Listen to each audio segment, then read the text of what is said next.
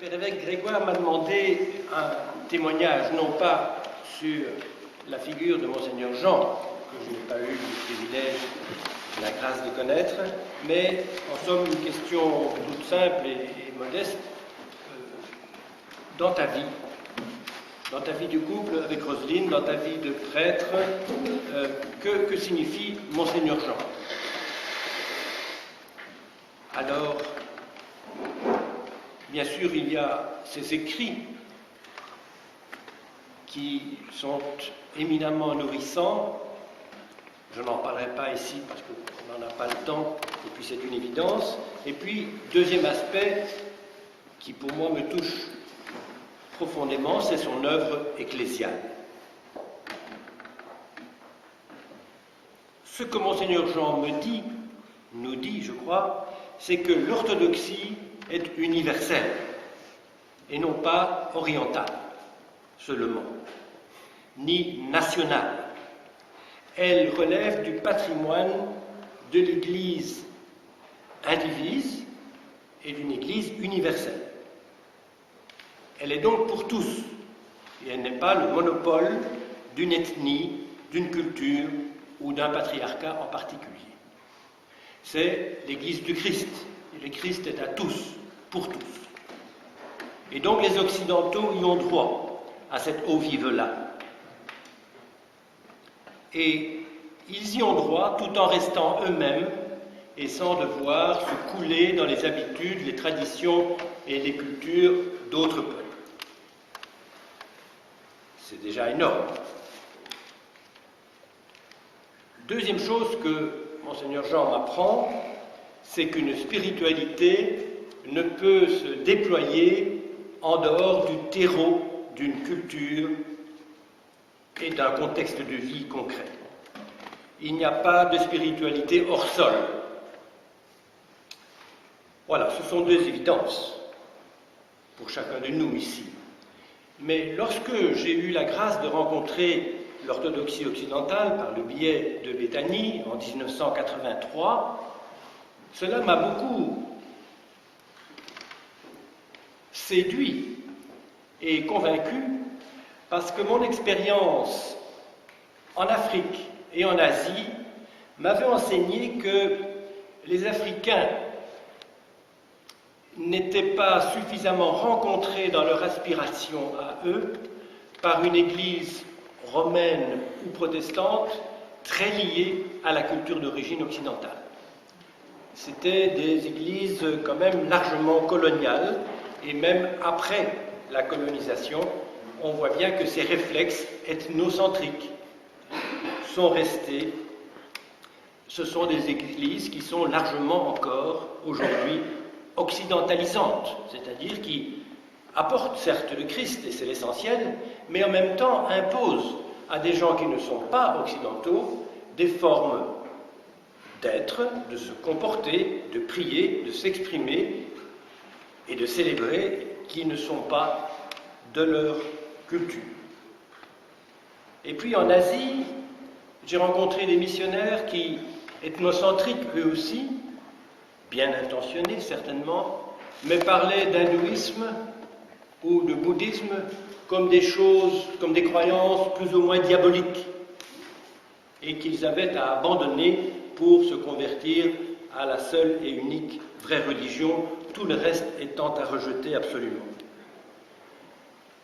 Quel dommage, me disais-je à l'époque, lorsqu'on sait qu'au XVIe siècle, le premier missionnaire qui partit de Rome vers la Chine, Matteo Ricci, parlait de la mission de manière suivante. Il disait « Le christianisme n'est pas un arbre que l'on transplante de Rome à Pékin, mais est une petite graine que je prélève sur l'arbre du christianisme et que je dépose dans une terre chinoise dont je ne connais ni la fertilité ni les qualités et qui donnera donc un arbre avec des fruits dont la saveur m'est inconnue. » C'est une autre conception de la mission, et il me semble que lorsque j'entendais la possibilité d'être orthodoxe sans devenir grec ou russe, il y avait là une résonance par rapport à quelque chose de fort que j'avais vécu en creux, en négatif, en constatant le travail courageux, généreux du missionnaire,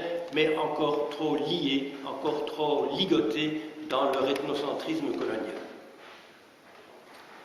Alors donc, Roselyne et moi, nous avons découvert une chose qui nous bouleverse encore tous les jours. Roselyne était professeure de yoga. J'étais passionné par la mystique hindoue, le Vedanta.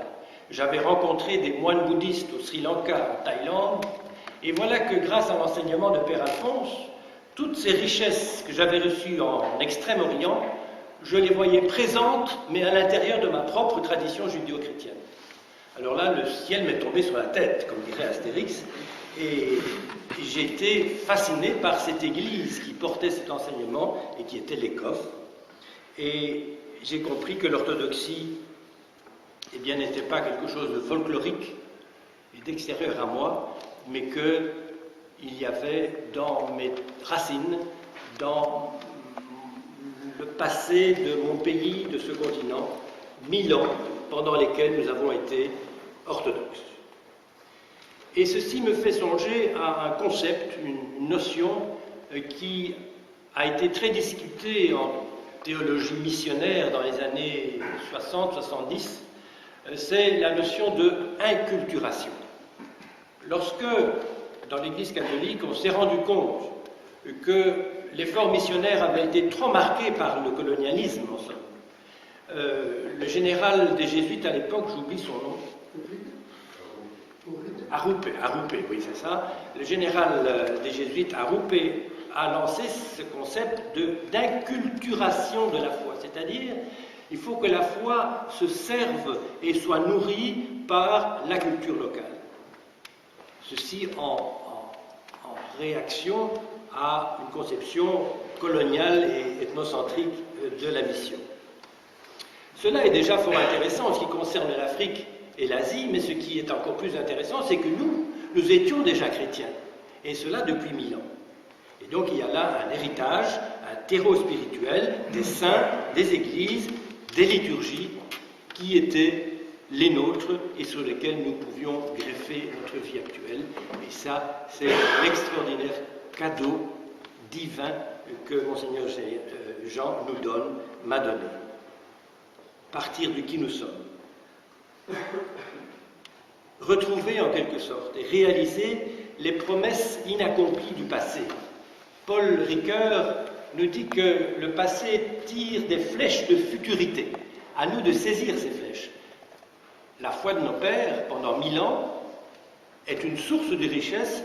À nous, non pas de les cultiver comme un objet de musée pour retourner dans un passé abusivement idéalisé, mais à continuer la mission par un travail de transformation personnelle et en Église, mais en prenant très au sérieux ce passé, encore une fois non par passéisme, mais parce que c'est l'avenir du royaume qui compte.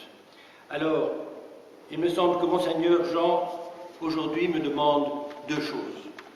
Jean-Thierry, qui es-tu? Jean-Thierry, où en es-tu? Et qui es-tu? Eh bien, je sens que j'ai la liberté de dire à Monseigneur Jean, eh bien, moi, je suis un fils de la modernité et je suis un ancien 68 ans. Et je crois beaucoup dans la liberté, les droits de l'homme, la raison critique, l'égalité, la justice sociale, la démocratie. Mais je sais aussi que cette modernité est malade de rationalisme clos, de matérialisme opaque, de capitalisme et d'individualisme exacerbé. Et voilà ma souffrance, voilà aussi mon identité avec ses richesses et ses pauvretés. Et c'est à partir de ça, Monseigneur, que j'ai envie de poursuivre la transformation personnelle, cherchant au fond à réenchanter un monde devenu desséché par une modernité mortifère, sans nier pourtant les acquis positifs de cette modernité, sans haïr non plus l'Occident, comme j'ai pu entendre parfois dans des échos perçus au Mont Athos. Et puis alors, où en es-tu, Jean-Thierry? La réponse est, naturellement, je suis un pécheur sauvé, un noble pécheur, comme dit, je crois, Bertrand Vergely. nourri par une théologie néopatristique, c'est-à-dire ni mimétique ni répétitive, non pas une théologie qui se gargarise de orthodoxisme, comme dirait Olivier Clément, mais une théologie qui se fonde d'abord sur une spiritualité, laquelle est d'abord fondée sur le Christ, et qui conduit à la transformation personnelle en vue du théandrisme, de la divino-humanité. Et